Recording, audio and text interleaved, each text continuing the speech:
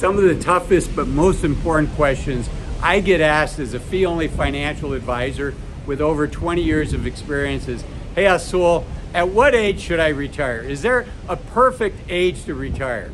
And unfortunately, the short answer is there's no perfect age to retire for everybody, but there likely is a perfect age for you. So stay tuned and let's talk about how I walk people through that decision and what the right age is for them. So the first thing we talk about is how is their health, right? You can have all the money in the world, you can have all, you can really, really love your job, but if you're in poor health and you don't have a lot of time, once you're gone, you're gone. So the first question is, how's your health? Can you expect to live with reasonable activity and mental acuity for the next 20 or 30 years? Because if you come from a history of, let's say, dementia that starts kicking in at 70 and you're 55, you have to factor that in. Or, if you're a cancer survivor, you've had cancer in the past, you've beaten it, but you know that there's a chance it's going to come back, right? So that's job number one, is thinking through what is your health? Okay, the next factor is, how much do you really love your job?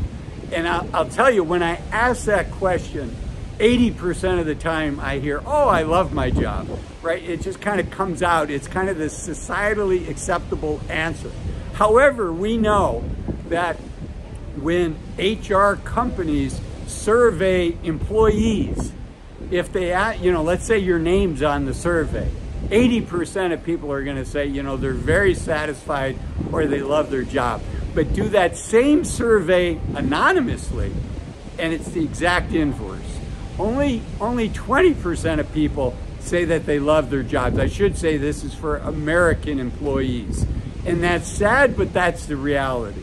So when somebody says, oh, I love my job, we start talking about it. And one of the questions I like to ask, which is a good question for you to think about, is if you won $100 million in the lottery next week, a year from now, would you still be working? And for that, you get a very different answer. I get 90+% of people that say, no, of course I wouldn't be working. And so the question we all have to ponder, and the answer is we have to answer it honestly for ourselves, is what's the difference?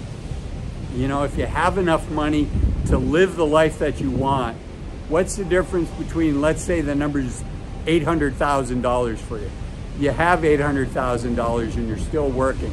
What's the difference between that and winning $100 million in the lottery? And of course the answer is, the difference is it's $99.2 million difference. And that's true, except after taxes, of course, it'd be less. But really think through, if the answer to that is, of course I would not be working a year from now, then think about that. Okay, so that's the second question, is how much do you love your job? The third question is, if you're married or if you have a life partner, what do they think about you continuing to work? What is your spouse's goals? If your spouse is waiting on you to retire so you can do these things that you've always dreamed about, you want to be really careful about continuing to work beyond the point that you're financially independent, right?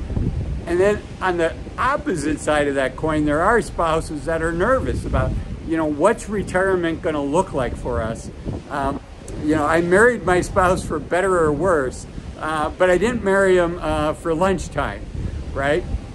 Is the old joke. So if your spouse wants you to retire, really give some serious thought to working past that point where you no longer need it for the finances. And if you're working past that point because you have some charitable goals that you want to do, or you want to be able to leave your kids more of a legacy, again, I think it's super important that both spouses are on the same page, because again, having done this for 20 years, advise people through this journey, sometimes what I see happen is the spouse that refused to quit working, let's say they have a health issue, or God forbid they have a stroke or a cancer diagnosis, and they don't have long, or they've lost their mobility, and oftentimes the other spouse is the caretaker. And if you could have retired and you didn't retire, and the spouse wanted you to retire so you can do these trips, you can do these other things that you've dreamed about, you know, there can be some resentment there. And the last thing you want to have is resentment with your spouse, resentment with your life partner, and particularly because oftentimes they're going to play a primary role in your caregiving. And, you know, resent is a horrible way to live the last chapter of your life with your life partner. So just be really, really careful there.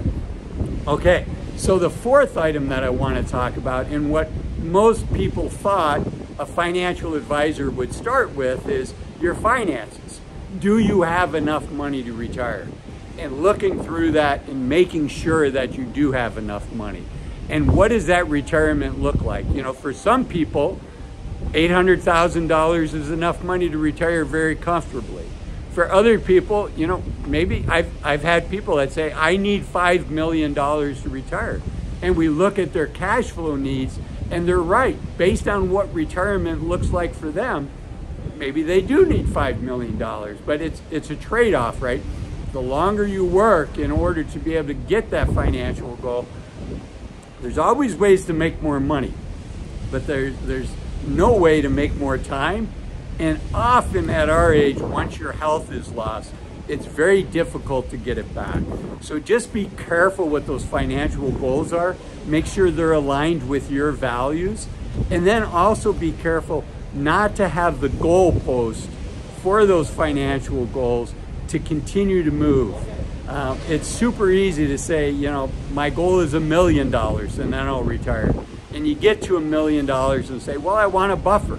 And there's nothing wrong with having a buffer.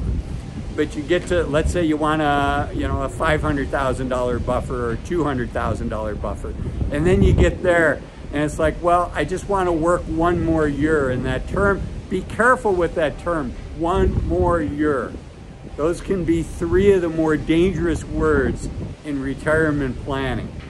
And it's always easy to put off retiring and work one more year. And often there's some unique opportunities that come later in our career. But remember, if you're 60 years old, you likely have less than 1,000 weeks of healthy, active time remaining. So working one more year or 2 more years, just to give me easy math, is 10% of what is likely going to be your healthiest and your most active years. So you want to be careful. Okay, another consideration is just psychological. Are you ready to retire? Do you know what you would do in retirement? What are you excited about? And if you're not ready to retire yet, I strongly encourage you to put in the reflective work that you need in order to decide, you know, what that looks like for you. And a good book, if you haven't done this exercise yet, there's really 2 books. One is called From Strength to Strength by an author by the name of David Brooks, B-R-O-O-K-S. The other book is a book called Die with Zero by Bill Perkins. Both of those will put you in the reflective frame of mind that you need to start thinking about what retirement looks like for you and what you want to be doing. And one of the things Die with Zero talks about, which is my next criterion thing to think about, is something that Bill Perkins calls time buckets. There are periods of time in your life where you can do certain things. For instance, I learned to surf when I was 50 years old. And it's something I've always wanted to do since I was a kid. And it's like, you know, if I'm ever going to do this, I need to do it now. And could I learn to surf now that I'm close to 60? Yes, I could.